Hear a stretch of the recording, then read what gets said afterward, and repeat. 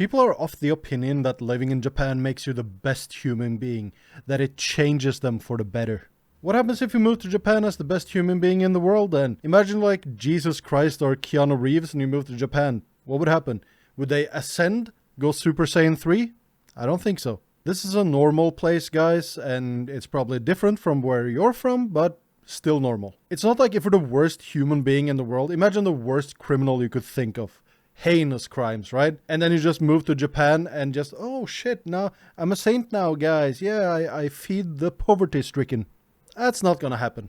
But there are some positive things that living and existing in this culture has done to me without me even noticing it before now. So let me tell you a little bit about that. First of all, I've lost all patience for extreme loudness in public. Where I'm from, we got those standard dipshit broccoli haircut looking ass teenagers who has their AirPods in while blasting loud music from their phone. Like, where's the logic in that, my dude? Just showing off that you have AirPods but also want to share the music? Dumbass. When I first moved here, the silence on public transport was deafening at first, since I wasn't used to it. But after some time here now, this is one of my favorite things ever.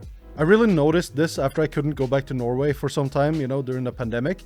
And then when I got there, taking the train was absolutely unbearable. Screeching, yelling, disorder, chaos, broccoli haircuts, and loud shitty music everywhere. I myself have also become more quiet, when being outside among people, and I generally try to behave more politely than I have before I ever moved here. I used to be a loud motherfucker and now I'm pretty mellowed out, so I guess that's a good change.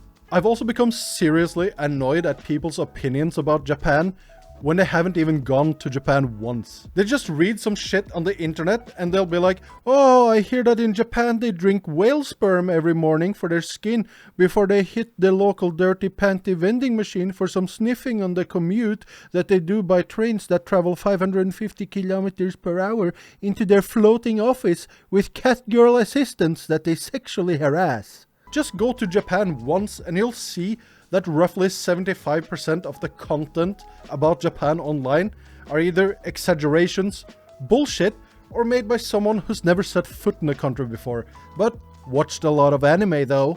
This annoys me to such a wild degree, Jesus Christ. One thing that has changed is that I unknowingly and unwillingly became everyone's tour guide by living here. I'm not talking about you guys, don't worry, I like doing it for you. The amount of people I haven't heard from in like 7 years suddenly hit me up on Facebook Messenger with a, hey dude, long time no see, so I'm going to Tokyo. It's kind of annoying. They don't even know that I despise Tokyo with all my being. Kansai gang. Of course I'll help out like close friends and family, that's no problem. But these dumbasses that literally have been no contact for like almost a decade or more suddenly hit me up so I can do all their research and come up with an itinerary for them because they're too goddamn lazy to do anything for themselves. It's so annoying. Holy fuck, dude. It's come to the point where I just direct them to the r/Japan travel subreddit so they can follow whatever terrible advice they found there instead.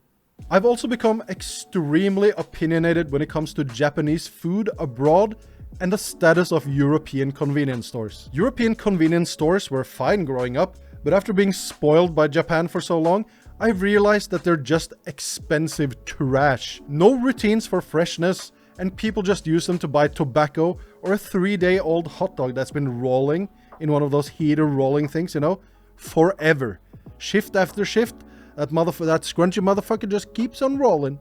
Japanese food in other countries are quite bad as well, but also different than authentic Japanese food. You go to a Japanese restaurant in Norway, it's a China, Japan, Viet, Thai combo restaurant, and you bet your ass there won't be some takikomi gohan, natto, or okonomiyaki at those places. Can't really get good authentic Japanese food unless you go to an expensive authentic place, right? Like an authentic ramen restaurant in the West, right? You go to an authentic ramen restaurant in the West and you have to pay 40 bucks for something that tastes a quarter as good as the ramen you'll get in Japan for like $6. To me, it's not really the country you live in that changes you, because that baseline is set growing up.